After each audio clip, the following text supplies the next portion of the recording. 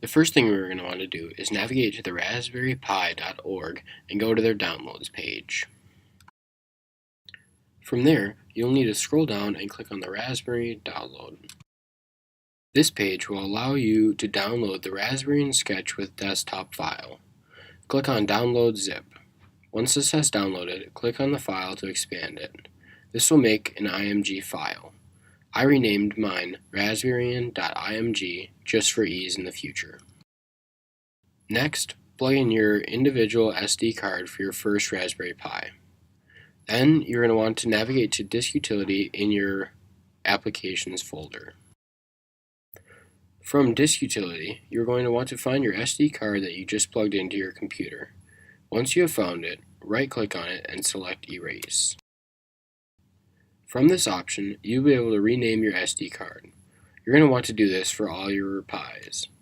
Next, from the Format option selector, you're going to want to select the MS-DOS FAT and click Erase. Once you see this screen, you have successfully formatted your SD card. We are all done with Disk Utility now, so you can close it. Next, you're going to want to open your terminal, which can be found in your Applications folder, and run the following command: disutil list. This will list out your disks that are running on your current machine.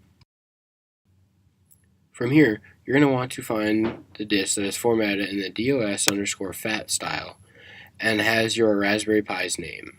Once you have found what disk your SD card is, you're going to want to unmount the disk using the following command. Once you have unmounted your SD card, we are ready to upload the raspbian.img file onto your SD card. Using the following command, the IF is the raspbian.img file and the OF is your SD card. Be very careful that you do not write over the wrong disk because you could lose data or possibly your operating system. I use disk 6 because that is the disk for my SD card.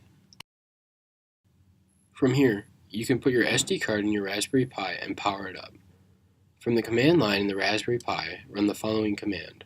This will allow you to configure your Raspberry Pi. From here, we're going to want to scroll down to the Advanced option and select it. The first setting that we're going to do is expand the file system. Select Expand File System option. If you see this screen, then you have correctly expanded the file system. You're going to want to navigate back to the main menu and select Localization option and select Change Locale. From here, you are going to want to scroll down and select en_us.utf-8 option. This will allow the English language in the US configuration. In the next screen, you're going to want to select the GB.utf-8 option. Now you're going to want to go back to the localization options. From here, you can select time zone and select your specific time zone. For me, I'm in the US, so I selected the United States. I'm in the Central time zone, so I selected Central. Navigate back to the main menu of configuration. You have the option to change the host name, which is the name of your Raspberry Pi. I would recommend that you name your Pi something along the line of Pi 01, Pi 02, etc. This will help you keep track of the Pis in the future. Now we're going to want to navigate back to the main menu for configuration and select Advanced options. We're going to want to select the memory split option. We're going to just set the memory as low as possible because we will not be utilizing the GPU once we have fully configured the Raspberry Pi cluster. Navigate back to the main menu for configuration and select the interfacing options. From here, you're going to want to make sure the SSH is enabled. This will allow communication between your Raspberry Pis. The last bit of configuration we need to do is to change the user password. After you change the password, exit the main menu for configuration and enter the command line again, using the command to reboot your Pi to finalize the settings that we just configured. Once your Raspberry Pi has rebooted, navigate back to the command line again and run the sudo apt-get update command. After, you're going to want to run the sudo apt-get upgrade command. Once that has completed, you're going to want to make a directory called mpich2. Then you're going to want to navigate to that directory. While in the mpich2 directory, you're going to want to download the latest version of mpich from mpich.org. This will allow the Pis to communicate with each other. This stands for Message Passing Interface. Once you have downloaded the latest version of mpich, unzip the file using the following command. Once the file has been unzipped, go back a directory using the cd ... command. Then make another directory in your home directory called primpi. After that, make another directory in your rpimpi folder called mpi-install.